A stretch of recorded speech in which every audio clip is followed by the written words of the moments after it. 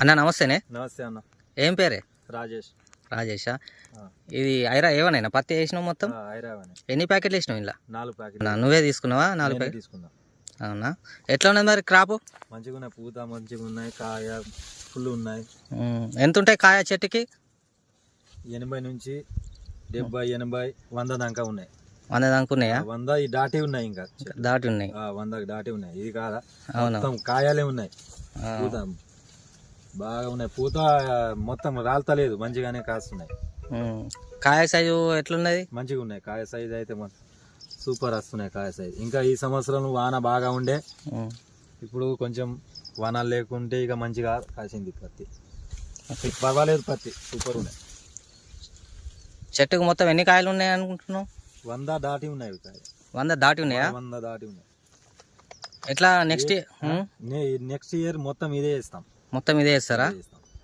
చెప్పండి తోటి రైతులకు కూడా, మీరు చెప్తే బాగుంటుంది. కొత్త సీడు మార్కెట్లకు ఇట్లా వచ్చింది, ఐరా ఏవన్ బాగుంటుంది, వేసుకొని 4 ప్యాకెట్లు వేసిన సార్. మొత్తం అయితే మొత్తం జబర్దస్త్ ఉన్నాయి, కాయలు అయితే ఖతర్నాక్ ఉన్నాయి.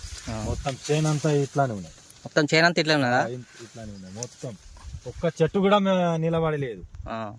మొత్తం వంగినాయి కాయలకి, కాయలతో వంగినాయి మొత్తం. అవునవును, మొత్తం ఇది చూడ చెట్టు ఏ చెట్టు చూసినా మొత్తం కాయ కింద నుండి మీది వరకు కాయలే ఉన్నాయి. మొత్తం చెట్టు అంతా వంగిపోయినాయి కాయలకి. మొత్తం కాయలే, చెట్టు నిలబడతలేదు చెట్టు అయితే.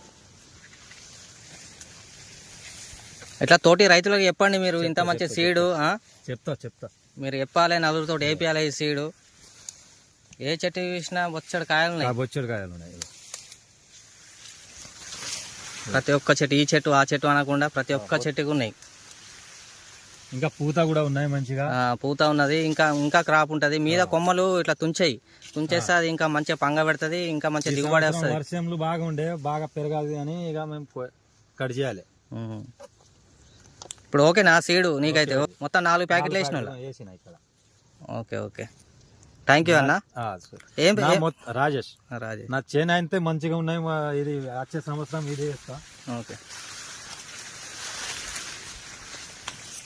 మొత్తం కాయలే ఉన్నాయి, మొత్తం కాయలు ఉన్నాయి.